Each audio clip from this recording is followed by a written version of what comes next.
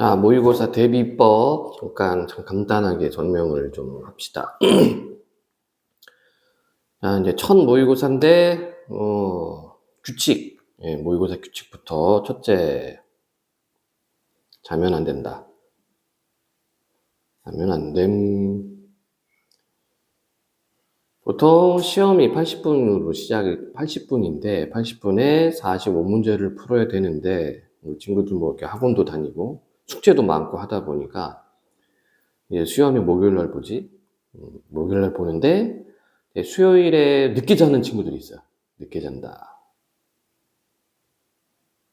1교시가 국어입니다. 1교시. 1교시 국어다. 학교에 따라 좀 차이가 있지만 8시 40분부터 보는 학교도 있고 9시부터 보는 학교도 있고 뭐 9시 10분부터 보는 학교도 있긴 한데 학교에 따라 차이도 있지만 수요일날 전날 밤 늦게 자버리면은 국어 시험을 망칩니다. 잔다. 더군다나 이 지문이 길고 아직 지문 연습 안 되는 친구들, 독해 연습이 안 되는 친구들은 분명히 1번부터 15번까지는 뭐 짤막짤막 하니까 푸는데 15번 이후로 이제 비문학 파트 나오고 하다 보면은 지문 읽다가 잔다. 때문에 수요일에는 좀 컨디션 조절 좀 해줄 겸 좀 일찍 자기를 바라고 뭐 학원 수업이 좀 늦게 끝난다 그러면은 좀 양해를 구하고 하는 게 좋을 것 같아요. 그래서 저 같은 경우는 좀 수요일에 수업이 있는 경우는 모의고사 전날은 좀 수업을 빼거나 조금 일찍 마치거나 그렇게 합니다. 왜냐면 이 모의고사라는 게 허투루 볼 수 없는 게 1학년 때 4번, 2학년 때 4번, 3학년 때는 3월에 한 번, 4월에 한 번, 5월 볼 수도 있고 안 볼 수도 있고 6월 평가 문제, 7월 볼 수도 있고 안 볼 수도 있고 8월 보고 9월 평가원, 그다음 10월, 11월 총 7번 정도, 6번에서 7번을 본다. 총 14번 정도를 시험을 보는데 전국 모의고사이기 때문에 자기 위치를 이렇게 좀 판단할 수 있는 좋은 시험이다. 근데 이거를 자버려? 기회를 날리는 거야. 절대 자면 안 되고. 두 번째, 점수에 연연하지 말자. 점수에 연연하지 말 것.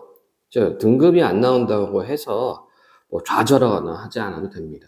모의고사는 말 그대로 모의이기 때문에 여러분들의 실력을 점검하는 테스트야. 그러니까 뭐 이거 갖다가 뭐 대학을 가니 안 가니 그런 게 아니다. 단 여러분들이 신경 쓸 건 뭐냐면은 여러분들이 푸는 영역 안에서 문제를 푸는 영역 안에서 내가 얼만큼 문제를 맞추는지 그 문제 맞추는 비율 문제 맞춘 비율이 중요한 거다. 예를 들어서 뭐 10문제를 풀었는데 두세 문제 맞았다. 이러면 심각하죠. 10문제를 풀었는데 그 중에서 한 8, 9문제를 풀었다? 그러면 양호한 편이거든. 그래서 점수나 등급에 연연하지 말고 자기가 풀었던 것들 문제 내에서 몇 문제를 맞췄는가 이 비율을 한번 계산해 보는 게 중요하다. 그 다음에 세 번째, 시간적인 부분. 아까도 얘기했지만 이게 80분이라는 시간 안에 45문제를 풀어야 됩니다. 그래서 한 문제당 2분이 채 안 되는데 또 지문도 엄청나게 길고 해요. 그러다 보니 제 시간에 못 푸는 친구가 있는데 괜찮다. 이게 첫 모의고사다 보니까 여러분들 벌써 뭐 시간 재고, 시간 적용하고 그렇게 안 해도 된다. 그러니까 아까 두 번째에서 얘기했던 것처럼 점수나 등급에 연연하지 않아도 되고요. 시간에 연연하지 않아도 된다. 단 아까 얘기했죠. 문제 푼 것 중에서 내가 몇 문제를 맞췄는가. 그 비율이 중요하기 때문에 우선 그것부터 생각을 할 것. 그 다음에 네 번째 명심할 것은 뭐냐면은요. 뭐 이 두 번째하고 뭐 세 번째하고 연결이 되는 건데, 자 영역 문제를 순서대로 풀지 말 것.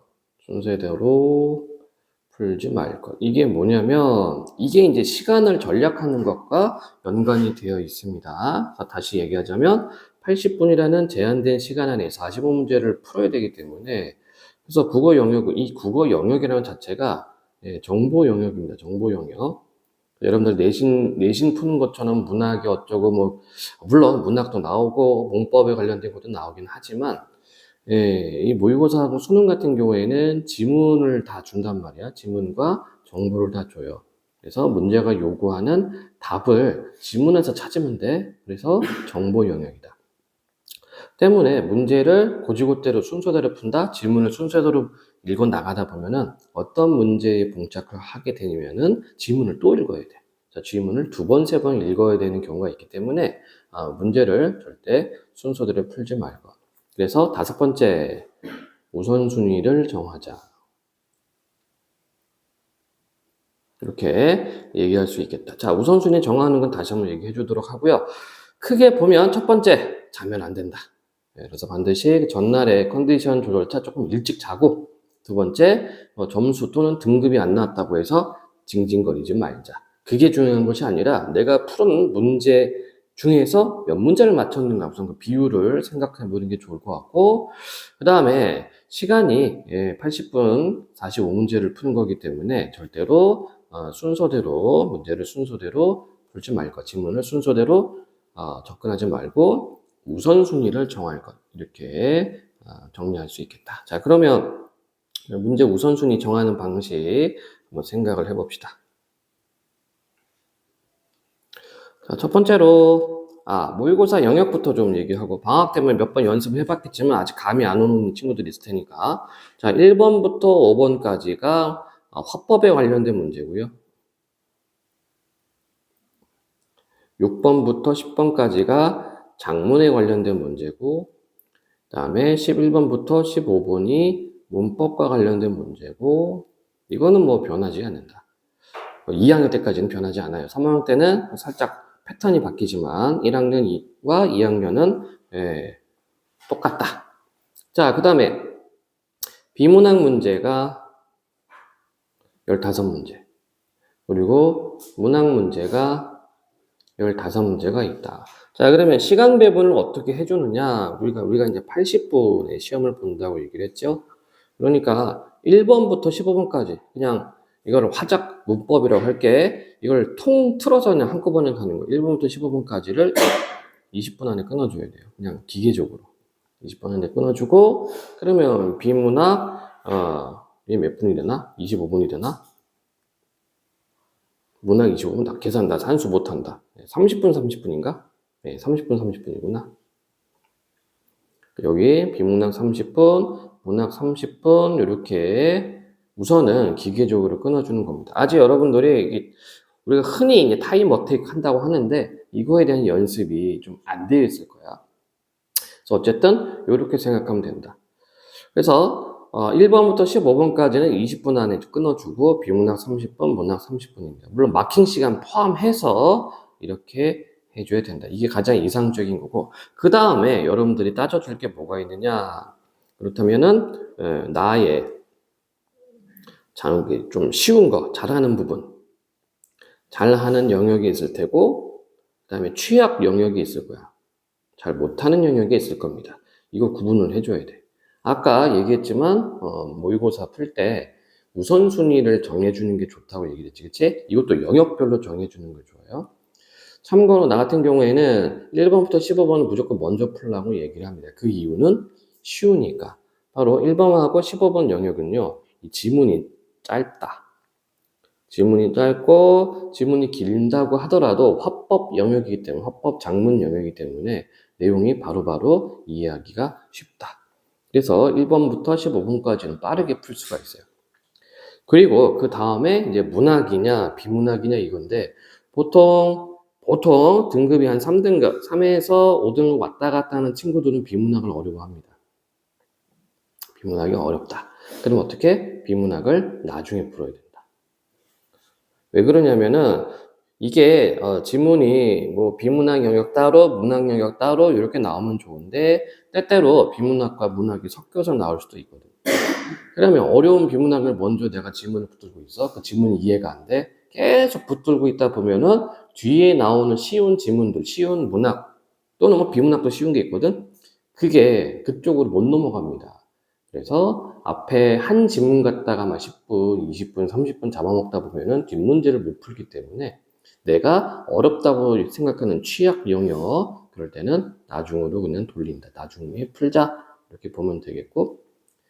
자, 나는 이제 우리 친구들한테 문학을 좀 더 쉽게 이야기를 합니다. 쉽다고 얘기를 한다. 왜냐하면 문학은 분석하는 틀이 있기 때문에 접근하는 방식이기 때문에 조금 더 손쉽게 접근할 수가 있어요. 근데 비문학은 어렵다. 이거는 꾸준한 독해 연습이 아니면 접근하기가 어렵기 때문에 비문학을 좀 나중에 풀고 문학을 먼저 풀어라. 이렇게 들어갑니다. 자, 그러면 한번 적용을 해보죠. 적용을. 자, 1번부터 3번 문제는 보통 발표나 강연 문제거든. 그래서 아까 얘기한 것처럼 1번부터 15번까지는 빠르게 풀어줍니다. 빠르게 풀어주고요. 자, 보통 이제 3등급 기준으로 좀 얘기를 할게. 3등급 기준으로 얘기를 하면은, 자, 여기까지가 한 20분을 소요가 되겠죠. 자, 3등급으로 본다. 그래서 우선은 1번부터 15번까지 먼저 풀기, 그 다음에 문학 영역 풀기, 그 다음에 비문학 풀기, 이렇게 한번 설정을 해볼게요. 그리고 이것도 있다. 아까 취약 영역을 구분을 하라고 그랬잖아. 그러면 이 비문학 영역 안에서도 내가 어려워하는 게 있어요. 보통 방금 얘기했죠? 3등급 기준으로 얘기한다고.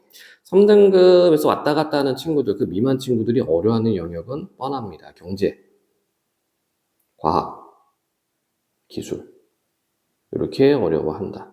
보통 비문학 영역이 인문, 사회, 예술, 경제, 과학, 기술 보통 이렇게 나오거든. 그런데 방금 얘기했다시피 3등급 친구들이 경제과학 기술을 어려워합니다. 그러면 상대적으로 예술, 인문, 사회는 쉽다. 물론 인문들 같은 경우도 철학이나 아니면 논리 논증 문제 같은 게 조금 복잡하긴 하지만 저는 좀 단순하게 좀 얘기를 할게요. 자, 경제과학 기술이 어렵다 그러면은 비문학 내에서도 얘를 나중에 푸는 거야. 나중에 접근하자. 앞에 예술, 인문, 사회는 정보가 덩어리로 이루어졌기 때문에 좀 빨리빨리 읽히는데 경제과학 기술 같은 경우에는 정보가 세분화되어 있어. 그래서 좀 읽는 속도를 좀 다운시켜야 된다. 자, 한번 보세요. 16에서 20분이잖아. 그치? 한번 딱 보는 겁니다, 그냥. 마르크스는, 이거는 사회영역이구나. 그러니까 빨리 풀 수가 있잖아. 그쵸? 예, 그리고 문제도 한번 쓱 보는 거야. 예. 그러니까 지금 16에서 20번 이 5문제는 그냥 사회영역이야. 경제나 과학이나 기술이 아니다. 그러면 비문학 영역에서도 이게 먼저 풀 수가 있을 거고요. 21, 25번 플라톤 나왔네? 이거 철학 지문이네. 인문 철학 지문 같은 경우도 이게 정보가 좀 덩어리로 이루어져 있는 편이기 때문에 좀 빠르게 볼 수가 있다. 그 다음에 컴퓨터 네트워크 나오죠? 아까 기술 지문이구나. 그럼 어떻게 해야 돼? 비문학 내에서도 얘를 가장 나중에 풀어야 된다. 나중에. 뭐 이렇게 나오죠? 네. 그리고 29번 문제 보면은 이렇게 또 적용하는 문제가 있다면 이게 시간이 많이 걸려요. 꽤 걸리는 편이기 때문에 얘네들은 나중에 돌리자. 자, 문학이죠. 자, 문학은 두 번째 영역이라고 얘기를 했다. 2순위로 문제를 풀어야 돼. 다시 한번 얘기하자. 1번부터 15번까지가 1순위야. 문학이 2순위고 비문학이 3순위입니다. 그런데 이 비문학 영역 안에서도 가장 나중에 풀 문제가 과학기술, 경제, 3등급 기준으로 얘기를 하고 있어요. 자, 그러면은 문학 문제잖아. 문학 문제는 우리가 어떻게 풀려고 했어? 제목부터 봐라. 사기 틀린 고풍의 툇말 이렇게 돼 있고, 그 다음에 정진규의 따뜻한 달걀 돼 있고. 자, 문제 먼저 봐야 돼. 항상 문제를 먼저 보세요. 나와 나의 공통점이네. 이거 나중에 풀 문제야. 나중. 기억과 니은에 대한 설명이네. 이거 포인트 문제죠. 32번 문제는 31번보다 먼저 풀 수 있습니다. 포인트이기 때문에. 그 다음에 33번 이 박스 나온다. 이 박스가 뭐라고 그랬어? 해설서라고 얘기를 했죠. 자, 그러면 여러분들 지금 이제 세 문제가 걸려 있거든. 여기에서는 시 두 편의 세 문제. 자, 그 다음에 33번 박스를 먼저 봐야 되겠지. 이거를 보고, 왜냐면 이게 해설서이기 때문에 이거를 보고 여러분들 포커싱을 맞춰줘야 되는 거야. 그러니까 얘가 정보야, 정보. 기본 정보가 있어요. 한번 볼까? 가와 나는 자연의 순환적 질서에 감응한 화제의 모습을 보여준다. 아유야. 그러면 가와 씨와 나 씨는 자연에 대해서 노래했단 얘기거든. 가의 화자는 밤이 깊어지면서 달이 떠오르기를 기다리고 있고, 아유야, 그 시간적 배경 나와 있네. 밤이라고 하는 거. 나의 화자는 절기가 바뀌면서 봄빛, 빛이 대 빛, 시각적 이미지가 있다는 얘기고, 계절적 배경도 있죠. 봄빛이 점점 뚜렷해지고 있음을 느끼고 있다. 시간의 흐름에 따른 자연의 점진적 변화를 감지하기 위해 화자는 온몸의 감각을 집중하면서 자연을 자신과 교감을 이룬 주체로 인식한다 이렇게 돼 있어. 그러니까 해설서를 봤을 때 가시와 나시는 자연에 대해 노래를 하고 있고 이거를 자기 몸으로 감각적으로 표현한다. 이게 이제 정보란 말이야. 그러니까 이걸 먼저 보고 그 다음에 질문으로 들어가면 돼요. 자, 그래서 이렇게 본 다음에 들어가는 거고요. 지금 이제 선지 같은 경우에도 1번 같은 경우에는 가 보고서 제낄 수가 있잖아. 그치? 그리고 나서 나 보고 2번 또 제낄 수가 있고, 이렇게 우선순위를 정해주는 거야. 그러면 31, 32, 33번 문제에서 어떤 문제를 먼저 풀어라? 33번을 먼저 읽고 지문으로 가고 먼저 풀어줘라. 박스형 문제. 해설서 문제를 먼저 풀어줍니다. 왜? 다시 한번 얘기하지만 박스가 정보거든. 이게 열쇠거든, 열쇠. 이 열쇠를 들고 지문을 들어가는 얘기다. 그러면 33번을 먼저 풀고 그 다음에 31, 32는 왔다 갔다 할 수 있겠지만 32를 두 번째, 31번은 맨 마지막으로 풀어주면은 지문을 한 번만 보고서 문제를 풀 수 있다는 얘기야. 만약에 그렇지 않고 여러분들이 이걸 만약에 순서대로 풀었다고 치자. 순서대로 풀었어. 그러면 가와나의 공통점 풀고 포인트 문제 나오잖아? 그럼 또 지문을 들여다본다. 그리고 나서 33번 문제를 맞닥뜨리잖아? 그러면 이 박스를 보고 또 본다? 또 보게 돼요. 그러니까 열쇠를 놔두고 먼저 문을 막 만지작 한 거야. 근데 열쇠가 없네? 그러니까 다시 33번 보고 다시 지문을 또 보겠죠. 그러면 비효율적이거든. 시간이 걸려. 그래서 문학 같은 경우에는 이렇게 우선순위를 정해주자. 문제 순서를 조금 바꿔가면서 접근을 해줘야 되겠다. 자, 34번, 37번도 마찬가지. 문학 문제는 무조건 문제를 먼저 봐주자. 똑같아, 패턴이. 가와나의 공통점. 자, 35번은 이거는 문맥음이 파악하는 거거든. 얘는 읽어가면서 해야 돼요. 읽어가면서. 좀 왔다 갔다 해줘야 돼. 국어는 부지런 떨어야 됩니다. 게으름 떠는 순간 점수 날라갑니다. 점수 날라가고 등급 떨어지고 시간도 부족하고. 그 다음에 36번 봐봐. 가와나를 이해한 내용이네. 역시 박스 나왔죠. 그치? 자, 그럼 요 박스도 한번 볼까요? 문학작품에서 공간을 체험하는 주체는 공간 및 주변 경물에 대한 인식을 드러내며 이 인식은 주체의 지향이나 삶에서 중시하는 가치를 암시한다. 자, 그럼 뭐란 얘기야? 가와 나에는 어떤 공간이 설정되어 있고 그게 인물한테 영향을 미친대. 이렇게 정보가 있어요. 그래서 가의 화자는 면왕정 주변의 자연에 대한 인식과 함께 풍류지향적인 태도를 드러내고 있고, 면왕정이니까 정자네. 여기서 풍류지향이다. 자연에 대한 인식과 풍류는 즐기는 거지. 정자 주변에서 즐긴다는 얘기구만. 그 다음에 나의 글쓴이는 공간의 변화와 대상에 대한 인식을 관련 지으며 자신이 소중하게 생각하는 삶의 가치를 암시한다. 그러니까 나에도 어떤 공간이 있는데 그게 이제 변화해가고 그걸 통해서 삶을 되새기고 있다. 그러니까 이렇게 키워드 해설 열쇠란 말이죠. 이거를 먼저 봐줘야 된다는 얘기야. 그래서 역시 마찬가지입니다. 문학은 이렇게 해설서 박스를 주거든. 이걸 먼저 읽고 들어가자. 그리고 되게 친절한 게 36번 선지를 보니까 1, 2, 3번이 가거든. 그러니까 가 지문 보고 바로 36번에 1, 2, 3번을 제끼면 되겠지. 그리고 나를 보고 4, 5번을 제껴주면 됩니다. 그 다음에 그리고 이제 35번 같은 경우는 읽어가면서 풀면 되죠. 그 다음에 37번도 포인트 문제야. 자, 요런 문제를 보면 이 포인트 문제를 보면 이렇게 중간에 끊어져 있는 애들이 있다. 중간에 있는 끊어져 있는 애들은 A 보고서 먼저 1, 2, 3, 4, 5번 제껴주자. A 부분 걸렸을 때. 그래서 저렇게 연결되는지 안 되는지를 미리 골라놓고 그 다음에 여러분들이 제낀 상태에서 제껴진 거 B 부분 보고 확인만 해주면 된다. 그래서 문제 우선순위를 봤을 때 이 부분에서는 36번의 박스를 먼저 읽고요. 그 다음에 37번 문제를 읽어가면서 풀어주시면서 35번도 풀어주는 거예요.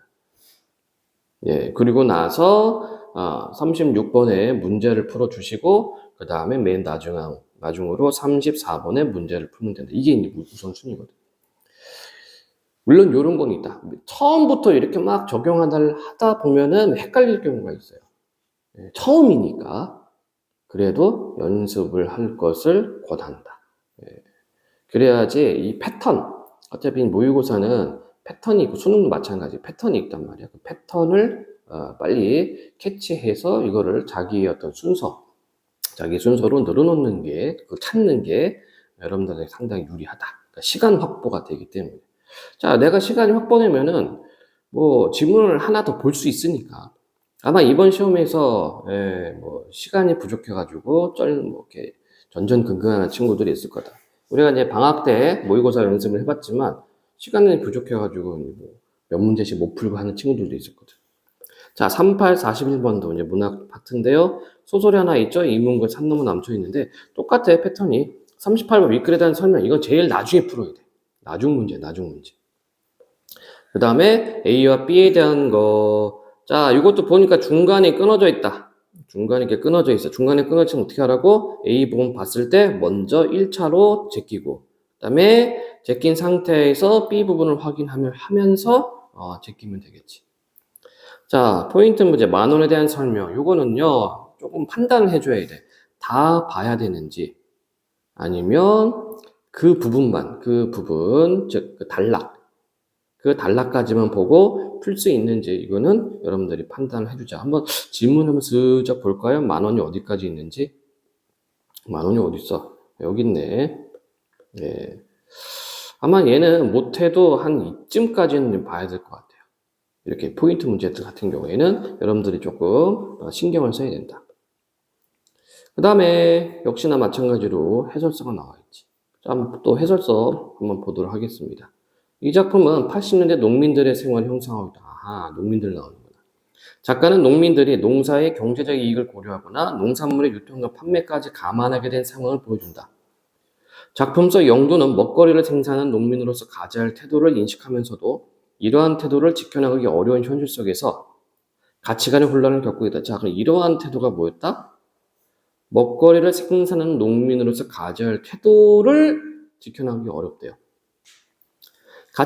작가는 이를 통해 당대 농민들이 겪고 있던 어려움을 현실감 있게 보여준다. 그러니까 어떤 경제적 이익, 그렇죠? 그리고 농산물 유통과 판매까지. 그래서 최소한의 뭐 지켜야 될 어떤 우리가 흔히 이야기하는 윤리나 상도덕이 있을 거야. 이거에 대해서 여기 영두라는 인물이 뭔가 좀 가치관이 흔들린다.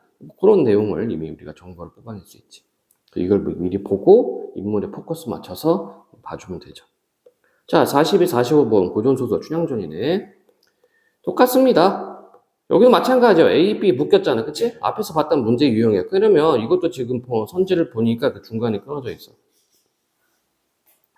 중간에 끊어져 있긴 한데 뒤에 서술이 안 돼 있다. 그러니까 얘는 A 부분 보고 들어가면 안 되고 얘 같은 경우에는 B까지 본 다음에 그때 적혀줘야 된다. 예. 그래서 문제 유형과 선지 유형을 여러분들이 판단을 해줘야 되고요. C에 대한 이해죠. 이거는 뭐 C 부분 보고 바로 풀 수 있겠네. 예. 다른 부분하고 연결이 돼 있지 않기 때문에 C 부분 보고 바로 풀 문제. 그 다음에 보기를 참고하여 45, 45번 두 무림 답하라. 예. 이게 뭐다? 이게 해설서다. 이거 여러분들 춘향전 지문 읽기 전에 이 해설서 지문을 먼저 읽고 들어갑니다. 그래서 44번이 맨 나중에 풀 문제네요. 보기를 참고하여 윗글을 감상한 내용이니까 나중에 풀 문제고, 가에 들어갈 내용, 이 끝부분에 들어갈 내용 이렇게 돼 있다.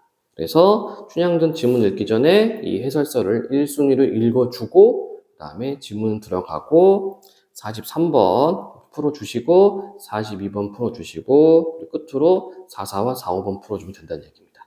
자, 이렇게 좀 순서를 바꿔서 접근을 해줘야 된다. 비문학도 우선순위를 정해주는 게 좋긴 합니다. 그런데 이제 문제 스타일이 문학과는 조금 차이가 있거든. 자, 그래도 한번 봅시다. 비문학은 또 어떻게 접근해야 되는지 한번 보면 16번부터 비문학 나오죠. 항상 문제 먼저 보는 거야. 지문 들어가기 전에 16번에 자본주의 사회에 대한 기억력 주장. 그러면 이 문제를 통해서 여러분들이 뭘 할 수 있다? 이 지문이 어떤 성격을 가지고 있는가 짐작 가능하다는 얘기야. 자본주의 사회? 자, 그런데 문제를 먼저 볼 때 선지를 먼저 보는 게 아니야. 문제 스타일을 먼저 보는 겁니다. 어떤 정보를 위주로 봐야 되는가, 포커싱 맞춰주는가. 선지 먼저 보는 거 아닙니다. 몇몇 선생님들이 또 선지 먼저 보라고 하시는 분들도 있는데 물론 개인차가 있을 수는 있어요. 개인차가 있을 수는 있으나 굳이 선지를 먼저 볼 필요가 있나? 라는 게 있어요. 왜냐하면 어차피 우리가 문제를 풀 때 국어 문제는 항상 뭐라고? 가장 적절한 것은 적절하지 않은 것은 요겁니다. 때문에 선지들을 보면은 적절하지 않은 것과 적절한 게 뒤섞여 있거든. 그래서 선지를 먼저 보고 질문이 있는다? 오히려 헷갈릴 수가 있어요. 예. 자, 포인트 문제죠. 기후 체계를 바탕으로 A를 이해해라. 그리고 디귿의 전제, 그리고 19번 문제는 이제 추론 형태입니다. 자, 비문학에서 박스형 문제는 박스를 먼저 읽고 들어가는 것이 아니라 전체 내용을 보고 그 다음에 박스를 봐야 돼요. 자, 20번 문제는 바로 풀 수 있는 문제. 문맥상 A와 가장 가까운 곳을 한번 볼까요? 바꿔 쓰는 거는 여기 있다. 기호가 지니는 기능적 가치. 기능을 지니다. 이렇게 되겠지. 용언 같은 경우에는 단순화시키면 돼. 기능을 지니다. 기능. 자, 1번 현금 지니다. 안 되죠? 이건 물체잖아. 모습을 지니다. 모습 지니다. 맡은 일에 책임을 지니다. 사람은 누구나 고정관념을 지니다. 추억을 지니다. 이렇게 되어 있네. 자, 그럼 다시 한번 우리가 한번 보면은 어디 갔어? 문장을 보면 욕망의 대상으로서 기호가 지니는 기능적 가치, 즉 기호 가치를 의미한다라고 되어 있습니다. 자, 그러면 대충 나온 것 같아요. 이게 욕망이란 말이야, 그치? 사람들 대가리 속에 있는 거야, 그죠? 예, 머릿속에 있는 겁니다. 기호, 사람 기호, 머릿속에 있는 거야. 그러면 머릿속에 있는 게 뭐가 있어요, 여기서? 4번이네? 관념을 지닌다. 현금 안 되고, 모습은 외모, 외양이니까 안 되고, 책임, 의무 안 되고, 어른실의 축 이렇게 되어 있다. 아마 4번과 5번하고 헷갈릴 수가 있을 것 같아. 이 중에서 가장 가까운 거를 찾으면 되겠죠? 그래서 문맥의미로 이런 문제는 바로바로 풀 수가 있어요. 21에서 25번 문제도 한번 봅시다. 가와 나에 대한 설명. 다 나중에 풀 문제지. 자, 22번은 가의 플라톤 사상이야. 먼저 풀 문제입니다. 먼저 풀 문제. 그러니까 가 지문 보고서 바로 22번 문제를 풀어줘야 되겠고, 그 다음에 두 번째 풀 문제가 23번 문제죠. 나 지문 보고서 23번 풀어주면 되겠죠. 여기에 뭐 형상과 진료니까 이것도 포인트 문제거든. 포인트가 나올 때 내가 이걸 조금 더 집중해서 봐야 되겠구나. 이렇게 생각하면 됩니다. 그리고 나서 21번과 24번 뭐 순차적으로 풀어주면 되겠지, 그치? 그래서 비문학도 이렇게 보면은 우선순위가 나와 있어요. 25번 마찬가지. 그 다음에 26, 30번. 26, 윗글에서 알 수 있는 내용으로 적절하지 않은 것은 맨 나중에 풀어야 됩니다. 27번, 포인트 문제죠? 이것도 이제 포인트 잡고 이제 내용을 읽어가면서 단락이 나눠지거나 했을 때 한번 여러분들 풀 수 있는지 접근할 수 있는지 없는지를 판단해 주면 되겠고 28번 가의 이유예요. 이것도 역시 포인트 문제입니다. 그래서 이런 것들 문제를 먼저 보면서 포커싱 맞춰주시고 29번은 맨 나중에 풀어야 돼요. 적용 문제. 30번도 마찬가지네. 적용 문제죠. 그래서 비문학은 문학 문제에 비해서 우선순위 정하는 게 조금 덜 하긴 하지만 그래도 문제를 먼저 볼 것. 그래야 조금 시간을 조금이라도 좀 세이브할 수가 있다. 자, 그러면 이제 화작도 마찬가지거든. 화작 문법도 마찬가지거든. 이게 순서가 있어, 순서가. 자, 그러면은 화작 어떻게 또 접근을 해야 되는가? 문제 순서, 문제 우선순위를 어떻게 들어가는가 봅시다. 항상 문제를 먼저 보라고 얘기를 했죠. 1, 2, 3 학생 발표. 그러면 이 발표 1번, 2번, 3번은 사실은 이미 고정돼 있다. 문제 자체가 고정돼 있다. 보통 1번 문제는 그냥 위 글에 대한 발표에 대한 설명이 나와. 그럼 여기는 내용 또는 형식이야. 또는 태도 이렇게 들어갑니다. 발표 내용이나 발표 형식이나 발표 태도에 대해서 물어보고 2번 문제는 자료 활용 방안입니다. 그리고 3번 문제는 총중 반응이야.